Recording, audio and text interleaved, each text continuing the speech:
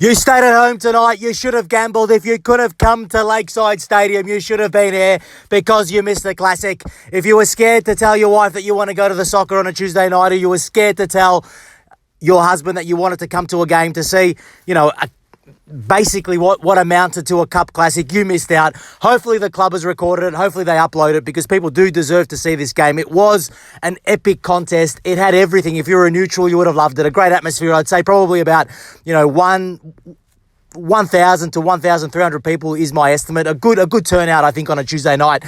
Far greater than many AFCA's A-League Tournament Cartel of Fake Football attendances this event series here. South Melbourne, over the course of the entire game, without question, in my opinion, deserved to win this game. We created more chances. We squeezed the Melbourne Knights harder, who I must say came out with a plan, I think, of trying to absorb pressure, to be defensive, to sucker punch us with a goal. They did that in the second half, tried to ride out the game, hopefully see a 1-0 victory to make them progress through to the FFA Cup next round. But South Melbourne didn't give in. We had players on the bench today like Henry Hoare, Jerry Salathos, players with absolute immense quality. New signing Joshua Baresi. When you have players like this in your team, South fans, sitting on the bench, and that excludes players like Zachary Bates, Perry Lambropoulos, and also the injured Josh Wallen, who obviously weren't in the squad. We have a rich array of players, South fans, and they have a spirit which is gradually building, a cohesion which is gradually building,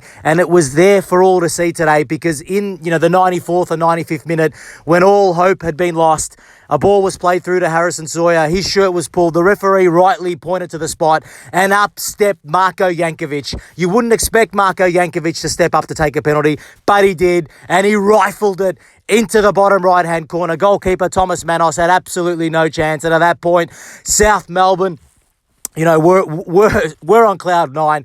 The fans in attendance, were absolutely buzzing. And in that period of extra time, South Melbourne, in my opinion, could have had 4, 5, 6 goals. We unfortunately couldn't score. It's something we'll need to address. But we were playing really good football, trying to get the ball into the back of the net. It just wouldn't go in. And then, of course, when it went to penalties, I think there was absolutely no doubt because I listed just then the players of immense quality that South Melbourne has, and every one of them that stood up today to take a penalty scored it emphatically. And then in the other end, we had Pierce Clark in goals, who looked like, even before he made his way to the white line to defend the first penalty that he was up against, he looked like he was going to save everything. He got into the head, I think, of Alan Webb, made him hit the crossbar, then followed it up with a save where he guessed correctly. At that point, South Melbourne were home and hosed. As I said, every penalty taken, was superb. From Brad Norton, who took the first, Henry Hoare, I think, took the second, Jankovic, and of course Salathos, with the emphatic penalty at the end to give South Melbourne a deserved victory. Credit to the Melbourne Knights. They obviously put on a superb contest. I want to call out their fans.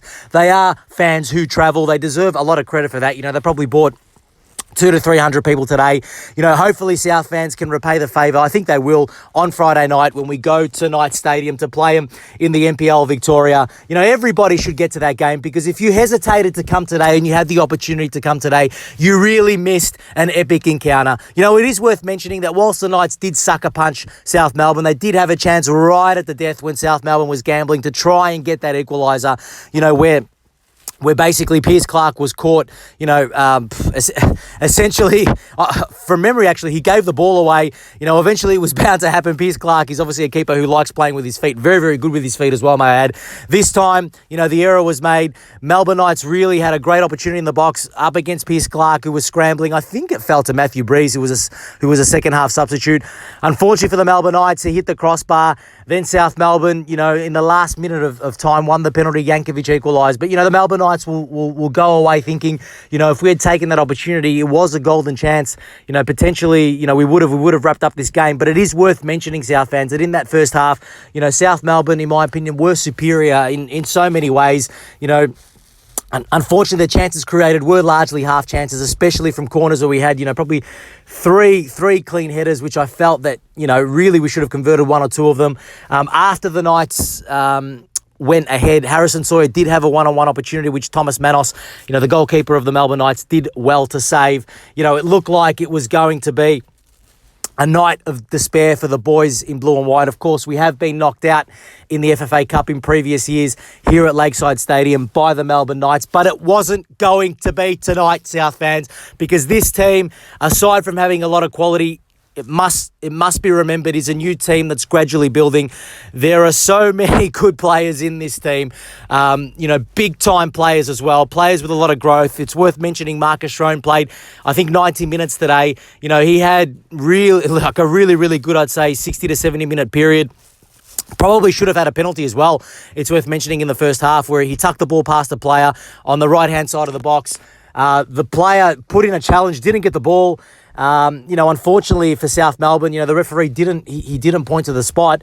Marcus Schroen recovered and managed to get a shot off. It was straight at Manos, unfortunately. And that was a similar pattern throughout the game. South Melbourne got into good positions. We created great chances. Even in extra time, the ball was cleared off the line. There was a chance, I think also it was described on Twitter.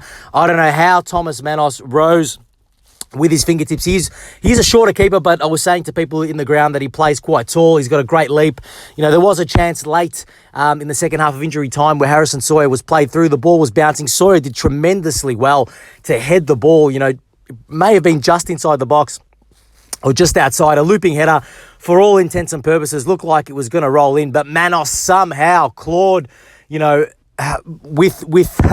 basically jumped at his maximum height, taking into consideration his fingertips and managed to get, just a slight fingertip onto the ball to prevent it from going in. It was destined to go to penalties. And ultimately, the confidence that South Melbourne showed during this penalty shootout, I have to refer back to previous penalty shootouts that we've seen in previous years. I haven't seen a South Melbourne team from, the players who took the actual penalties to, the goalkeeper in goals look so confident. When hopefully the game is uploaded if it's been recorded, or the penalty shootout is uploaded, but you can see the confidence in the players, from the goalkeeper to the players stepping up to take those penalties. It was absolutely emphatic, and it was great to see at the end of the game, the South Melbourne fans who braved this Tuesday night. It was actually great weather for football, really receive, a payoff of immense elation like we haven't seen for some time. Great scenes. Obviously, it's still early days in this season. It's a significant marker, though, for us South fans. Momentum is building. This team's atop of the NPL Victoria. Of course, we have a very, very difficult game coming up on Friday. If you're thinking twice about attending, don't think twice anymore. Attend, support the boys. At the very least, you'll see 90 plus minutes of every player in blue and white giving everything they can for this club, which is something, that's so great to see. We haven't seen it for a long time. Get behind this team, South fans. It's only the beginning. Go South!